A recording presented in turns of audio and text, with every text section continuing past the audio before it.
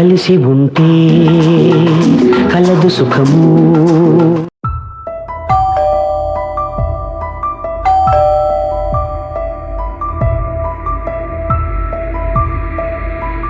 నమస్కారం బాబాయ్ గారు. బాగున్నావా? కూర్చోండి బాబాయ్ గారు. ఎలా ఉన్నా అమ్మాయి? ఏదో అలా ఉన్నాను బాబాయ్ గారు. ఏంటి సంగతి ఇలా వచ్చారు? నేను చాలా ముఖ్యమైన పని మీద వచ్చాను, అది కూడా నీ పని మీద వచ్చాను. ముఖ్యమైన పని, అది కూడా నా పని? అవునమ్మా. ఏంటది? చెప్తాను కదా. ఇప్పుడు నాతో పాటు ఒక ముఖ్యమైన వ్యక్తిని తీసుకొచ్చాను. ముఖ్యమైన వ్యక్తి? ఎవరు బాబాయ్? చూస్తావుగా. ప్రకాష్, లోపలికి రా.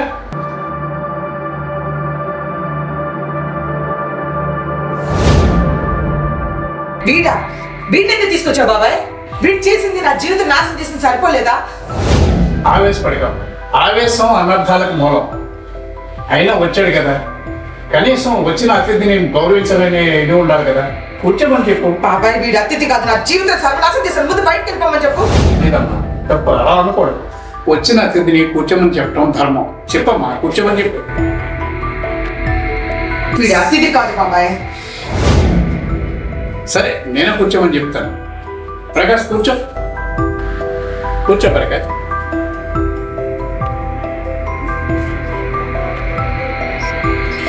మీరిద్దరూ విడిపోయి ఇప్పుడు 10 సంవత్సరాలు అవుతుంది.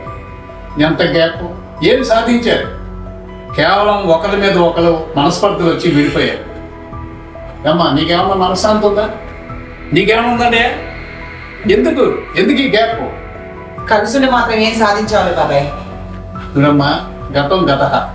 ఏదో ఆవేశంలో జరిగిపోయింది. ఇక్కడైనా మీరు అర్థం చేసుకోవాలి కదా. ఆవేశం కాదు బాబాయ్, ఇది ఎక్కడో ట్రాన్స్ఫర్ అయి జాబ్ చేసుకుంటున్నా నన్ను చెప్పుడు మాటలు విని నా జీవితం సర్వనాశనం చేసి అనుమానించి కొట్టి ఇంట్లోంచి బయటికి పంపించారు. ఇలాంటి వ్యక్తితో మళ్ళీ నువ్వు కలిసి ఉండమని ఎలా చెప్తున్నావు? జరగని పని బాబాయ్. తెలుసమ్మా, జరిగిందంతా నాకు తెలుసు. కానీ కాలం ఎప్పుడు ఒకేలా ఉన్నదిగా. కాలం మారుతుంది, చేసిన గాయాన్ని మారుతుంది. అలాగే అతను పశ్చాత్తాప పడ్డాడు. జరిగింది తప్పు అని ఒప్పుకుంటున్నాడు. ఒప్పుకునే వచ్చాడు. ఇక నుంచైనా కలిసి ఉందన్నాడు.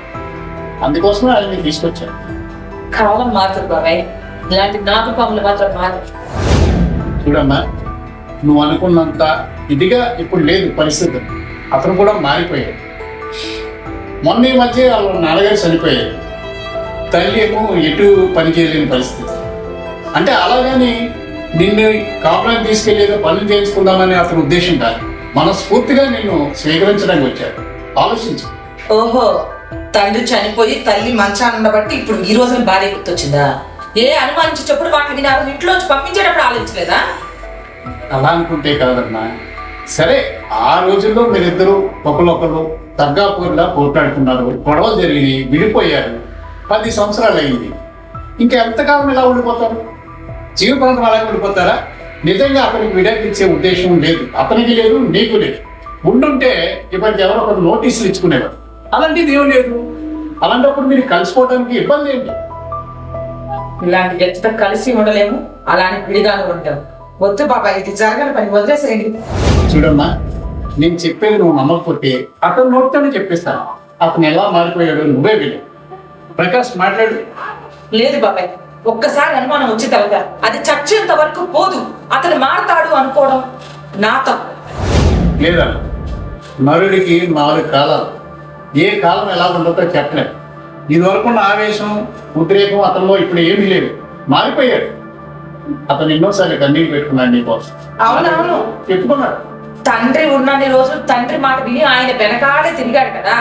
ఇప్పుడు తండ్రి లేడు కాబట్టి, తల్లి మంచానుంది కాబట్టి ఇక ఏ ఆసరా లేక, సంపాదించి పెట్టే వాళ్ళు లేక నా దగ్గరకు వచ్చాడు. లేదు, అలా అనుకోవడం లేదు. అలా అనుకుంటే వాళ్ళకి ఎవరో ఒకరిని తెచ్చుకునే స్తోమత ఉంది, తెచ్చుకోగలరు.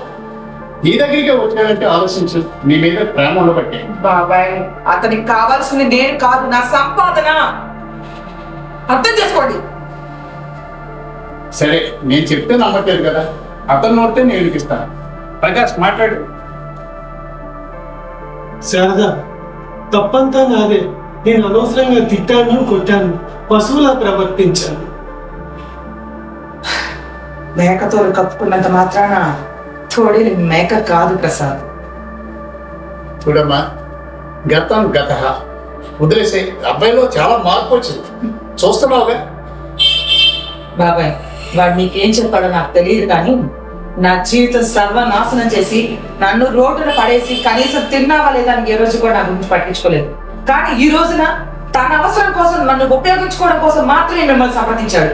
అది మీకు అర్థం కావట్లేదు. చూడమ్మా, జీవితం అన్నాక ఎత్తు పల్లాలు ఉంటాయి. ఎవరైనా సరే ఒక అడుగు ముందుకు వేసినప్పుడు ఇంకొకరు ఎవరైనా సరే ఒక అడుగు వెనక్కి వేయాలి. అప్పుడే కదా ఈ జీవితానికి విలువ ఉంటుంది. ఒకరినొకరు అర్థం చేసుకుని జీవితాన్ని ముందుకు తీసుకెళ్ళగలుగుతారు. నేను ఒక మాట చెప్పను బాబాయ్, ఎక్కడైనా ఆడది తగ్గిందే కానీ మగాడు ఎక్కడ తగ్గింది లేదు. ఎందుకంటే నువ్వు మగాడివే కదా, ఇంకో మగాడికి సపోర్ట్ చేస్తున్నావు అంతే, ఇంకేం లేదు.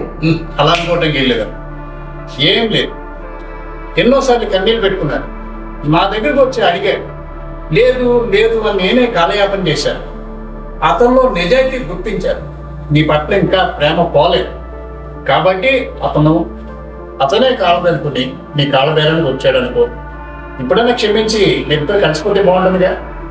బాబాయ్ వాళ్ళంతా డబ్బుకిచ్చిన వాల్యూ మనిషికి ఇవ్వరు. మీకు ఇంకా అర్థం కావట్లేదు. తనకి ఎటు సపోర్ట్ లేదు కాబట్టి ఇప్పుడు ఈ రోజు నా కాళ్ళ దగ్గరకు వచ్చాడు. మరి ఈ 10 సంవత్సరాల నుంచి ఏమైపోయింది? తండ్రి ఉన్నన్ని రోజులు మా నా దగ్గరికి ఎందుకు రాలేదు? చూడమ్మా, నువ్వు ట్రాన్స్ఫర్ అయ్యి వెళ్ళిపోయావు. అతను కూడా ఉద్యోగం చేస్తున్నాడు. అతని ఉద్యోగంలో అతను బిజీ అయిపోయాడు, నీ ఉద్యోగంలో నువ్వు బిజీ అయిపోయావు. ఏ రోజు కూడా మీ ఇద్దరు కలిసే ప్రయత్నం చేయలేదు, ఎవరిని అడగలేదు. మీకు మీరు బిగించుకుని కూర్చున్నారు. ఇదిగో ఇంత దూరం వచ్చింది. ఇప్పుడైనా ఎవరో ఒకరు ముందుకు వస్తే గానీ ఈ సమస్య తీరదు. కాబట్టి నేను పెద్ద మనిషిగా చెప్తున్నాను, పెద్ద మనసుతో చెప్తున్నాను, మీరిద్దరూ కలిసిపోవటం మంచిదని నా అభిప్రాయం.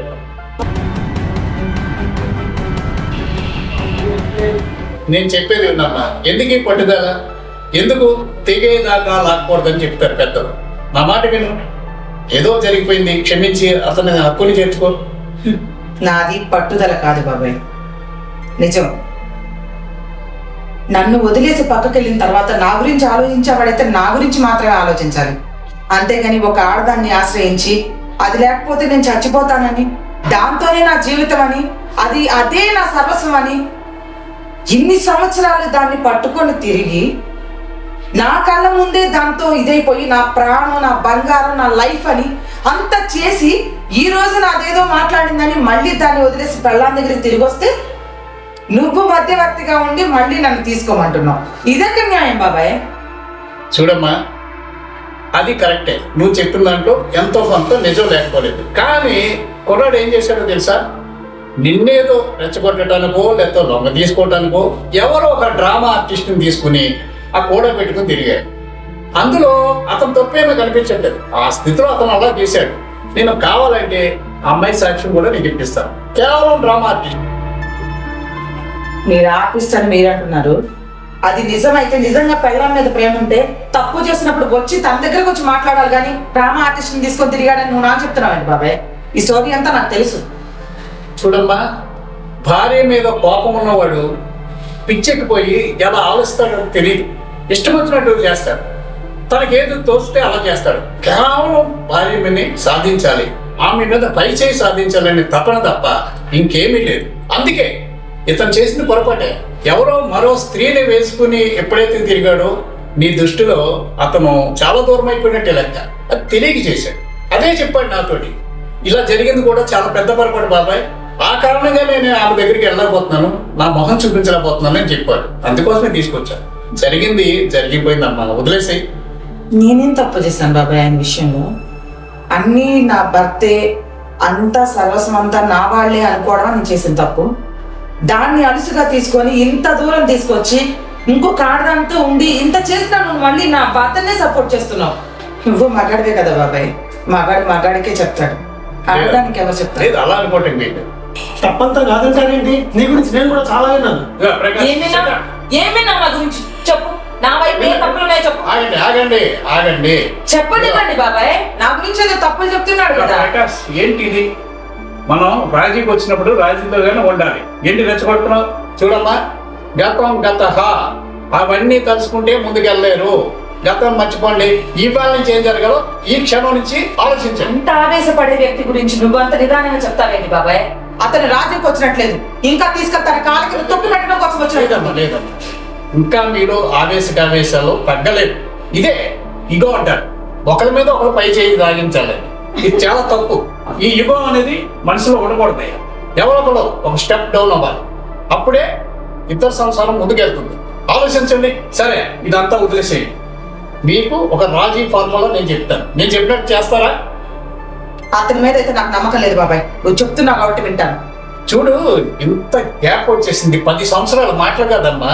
10 సంవత్సరాల్లో ఎంత అమూల్యమైన జీవితాన్ని కోల్పోయారు. ఒక్కసారి ఆలోచించండి. వేస్ట్, అడవగాసిన వెన్నెల, బూడిదలో పోసిన పన్నీరు. జీవితం అంటే ఒక అర్థం ఉండాలమ్మా. ప్రతి క్షణాన్ని ఆస్వాదించాలి. ప్రతి క్షణం మన కోసం ఉంది ఈ ప్రపంచం. మరో జన్మ ఉందో లేదో తెలియదు. ఉన్న జన్మని సార్థకం చేసుకోండి. ఇప్పుడు నన్నేం చేయమంటావు బాబాయ్? ఏం లేదమ్మా, అంతా మర్చిపో. అబ్బాయి కూడా మారిపోయాడు. ఇప్పుడు నువ్వు ఎక్కడ పని చేస్తున్నావో అక్కడికి వచ్చి ఆయన కూడా ఉంటాను అంటున్నాడు. ఇక్కడి నుంచి ఇద్దరు కలిసి ఉండండి. ఈ క్షణం నుంచి గతం గతగా. చూడబ్బాయి, ఇది నీకు మరోసారి వచ్చిన గొప్ప అవకాశం. దీన్ని కాలదనుకో. చూడమ్మా, జీవితంలో మళ్ళీ మీరిద్దరు కలవబోతున్నారు. మన భారతీయ సంస్కృతిలో అగ్ని సాక్షిగా పెళ్ళైన తర్వాత మీరు భౌతికంగా దూరమైన మానసికంగా దగ్గరగానే ఉంటారు. అది మన సంస్కృతిలో ఉన్నదో. ఇది నీ చేయలేగేం?